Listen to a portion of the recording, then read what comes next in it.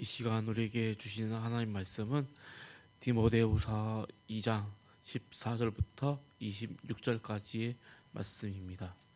디모데후서 2장 14절부터 26절까지 신약성경 344면에 있습니다. 너는 그들로 이 일을 기억하게 하여 말다툼을 하지 말고 하나님 앞에서 엄히 명하라. 이는 유익이 하나도 없고 도리어 듣는 자들을 멸망하게 함이라.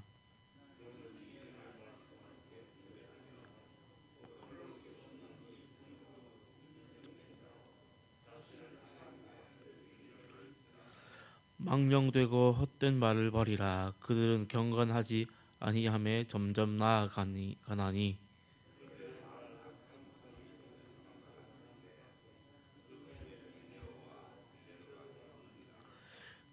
진리에 관하여는 그들이 그릇되었도다. 부활이 이미 지나갔다 하므로 어떤 사람들의 믿음을 무너뜨리느니라.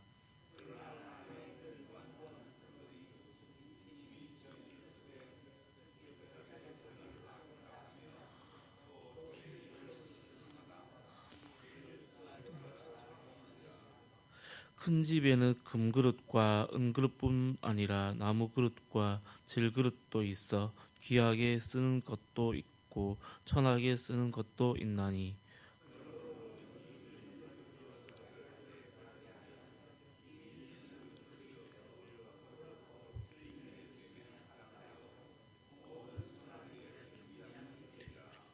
또한 너는 청년의 정욕을 피하고 주를 깨끗한 마음으로 부르는 자들과 함께 의와 믿음과 사랑과 화평을 따르라.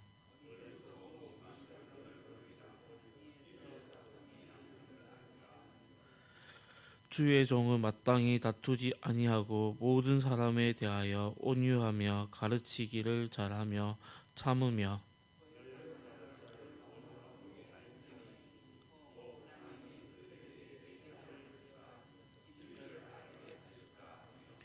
그들로 깨어 마귀의 올무에서 벗어나 하나님께 사로잡힌 바 되어 그들의 그 뜻을 따르게 하실까 함이라. 아멘. 오늘 말씀을 한 문장으로 요약하면 하나님은 깨끗하고 온유하며 진리 위에 선 사람을 귀히 쓰십니다 라고 말씀드릴 수가 있습니다. 우리 인생에는 크고 작은 목표들이 다 하나씩 가지고 있습니다. 누군가는 물질의 풍요, 누군가는 자녀의 성공, 누군가는 평안한 노년을 바라보며 살아가고 있습니다. 그러나 우리 믿는 사람들, 즉 그리스도인들에게는 가장 큰 목표이자 목적은 바로 하나님께 쓰임받는 삶이라는 것입니다. 사도 바울은 본문 15절을 통해 젊은 제자 디모데에게 이렇게 당부하고 있습니다. 하나님께 인정받는 일꾼으로 자신을 드리라 라고 말씀하고 있습니다. 비단 이것은 단순히 저희 사역자인에게만 주어진 명령이 아닙니다. 모든 믿는 사람들, 그리스도인들이 붙잡아야 할 신앙의 방향이며 방향성인 것입니다. 오늘 말씀을 통해 우리가 이 땅에서 어떻게 하면 하나님께 귀히 쓰임받는 인생이 될 수 있는지 함께 살펴보는 시간이 되기를 소망합니다. 첫 번째로 진리 위에 바로 서는 사람이 되어야 합니다. 본문 14절에는 이렇게 기록하고 있습니다. 너는 그들로 이 일을 기억하게 하여 말다툼을 하지 말라. 이것이 유익하지 못하며 듣는 자들을 망하게 함이라. 아멘. 바울은 먼저 말다툼을 피하라고 명령하고 있습니다. 이 당시 교회에는 말로 싸우며 진리를 왜곡하는 사람들이 있었습니다.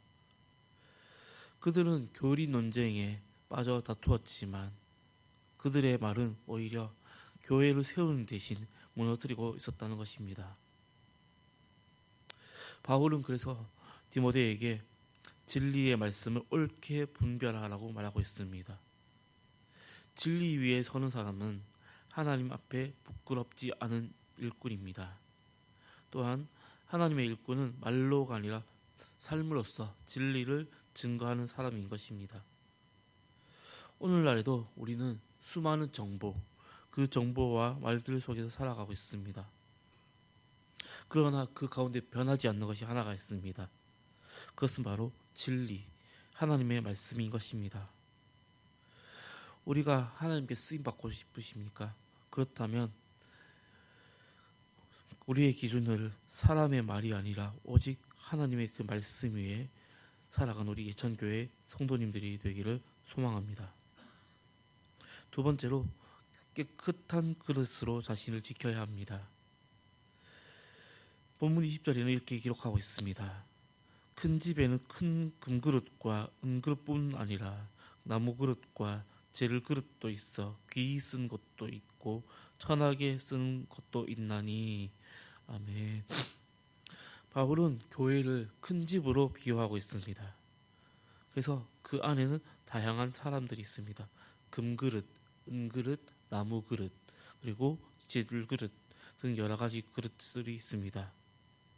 하지만 이 그릇들 가운데서 하나님께서 쓰시는 그릇의 기준은 재질이 아니라 오직 그 깨끗함, 정결하고 성결한 것입니다. 그래서 21절에는 이렇게 기록하고 있습니다. 그러므로 누구든지 이런 것에서 자신을 깨끗하게 하면 귀히 쓰는 것이 그릇이 되어 거룩하고 주인의 쓰심에 합당하며 모든 선한 일에 준비함이 되리라. 아멘. 하나님은 깨끗한 그릇, 즉 마음과 삶이 정결한 사람을 사용하신다는 것입니다. 말씀과 기도로서 자신을 지키고 또한 욕심과 죄의 더러움에서 멀리할 때 하나님께서는 그를 귀히 쓰신다는 것입니다. 청결한 그릇은 단순히 죄를 멀리한다는 것에 그치는 것이 아닙니다. 그 그릇 안에는 또한 채워져야 될 것이 있습니다. 바로 사랑과 겸손, 온유함으로 채워져야 되는 그릇들인 것입니다. 성도는 단순히 지식으로, 말씀의 그 지식으로 살아가는 것이 아니라 하나님의 그 마음으로 살아가는 자들입니다. 하나님께 쓰임받는 사람은 깨끗한 마음을 간직하고 또한 사랑과 겸손으로 그리고 온유함으로 채워지는 자들인 것입니다. 그래서 그 마음을 간직한 사람으로 세워지기를 우리 소망합니다. 세 번째로 온유함으로 사람을 세우는 일꾼이 되어야 합니다. 하나님께서 쓰시는 일꾼의 마지막 특징은 바로 온유하다는 것입니다. 온유는 약함이 아니라 절제된 강함인 것입니다. 또한 사람의 마음을 억누르지 않고 기다려주며 사랑으로 이끄는 힘이 있는 사람인 것입니다. 그래서 바울은 디모데에게 이렇게 말하고 있습니다. 본문 25절입니다. 거역하는 자를 온유함으로 훈계할지니 혹 하나님이 그들에게 회개함을 주사 진리를 알게 하실까 하며. 아멘. 즉 진리를 전할 때 싸우듯이 하는 것이 아니라 그 영혼이 하나님께로 돌이키기를 바라며 기도하는 마음으로 대하라는 것입니다. 오늘날 성도된 우리는 꼭 이러한 마음이 필요한 것입니다. 우리 자녀들을 훈계할 때, 또한 동료와 대화할 때, 사역 중에 갈등이 생겼을 때, 그때 생겨야 되는 것은 바로 마음으로는 바로 온유인 것입니다. 온유함은 하나님의 그 지혜를 드러내는 통로가 되는 것입니다. 온유함을 통해 온유한 사람을 통해 하나님은 그 공동체를 세우시고 또한 사람의 마음을 움직이시는 분입니다. 그래서 우리는 모두 온유함으로 사람을 귀히 세우는 귀한 일꾼이 되는 우리 예천교회 성도님들이 되기를 소망합니다. 성도 여러분, 우리는 날마다 하나님께 쓰임 받고자 합니다. 또한 하나님께서는 그 쓰임 받고자 하는 사람 찾고 계십니다. 그 사람이 누구입니까? 바로 진리 위에 굳게 서서 마음을 깨끗이 지키며 또한 온유함으로 사람을 세운 자, 그가 바로 하나님께서 쓰임받는 귀한 일꾼이 되는 것입니다. 오늘도 말씀과 기도로서 자신을 단련하기 위하여 이곳에 나왔습니다. 또한 하나님께서 기뻐 사용하시는 귀한 그릇으로 쓰임받는 우리 예천교회 성도님들이 되기를 소망합니다. 기도하겠습니다. 하나님, 오늘도 우리를 부르시고 주님의 일에 동참하게 하심에 또한 감사합니다. 주님, 우리의 입술과 마음을 지켜주시고 진리 위에 바로 서며 또한 깨끗한 그릇으로 주님께 쓰임받기를 원하나이다.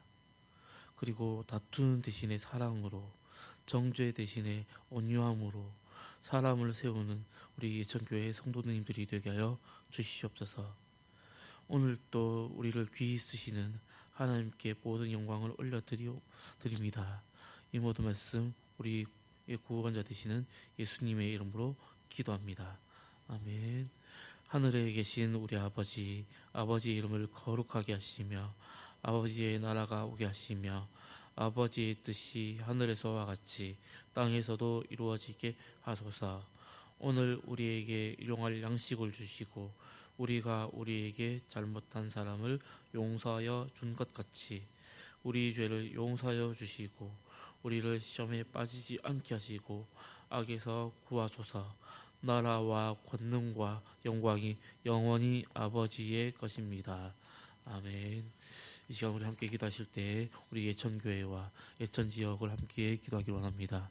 우리 예천교회를 통하여서 수많은 예천지역 주민들이 함께 예수 그리스도를 믿어 하나님의 백성이 되게 하시고 또한 우리 예천지역이 하나님의 도성이 되는 것을 목도하는 우리 예천교회가 되기를 원하는 마음으로 함께 기도하기를 원합니다. 그리고 이 나라, 우리 대한민국을 주님께서 원하시는 나라가 되기를 원하는 마음으로 함께 기도하기를 원합니다. 그리고 우리 교회에 환우들이 있습니까? 어려운 자들이 있습니다. 그들 가운데 주님께서 손 내밀어 주셔서 회복의 손길을 되게 하시고 또한 회복을 통하여서 주님께 나아와 예배자로서 세움받는 자들이 되기를 원하는 마음으로 기도하기를 원합니다.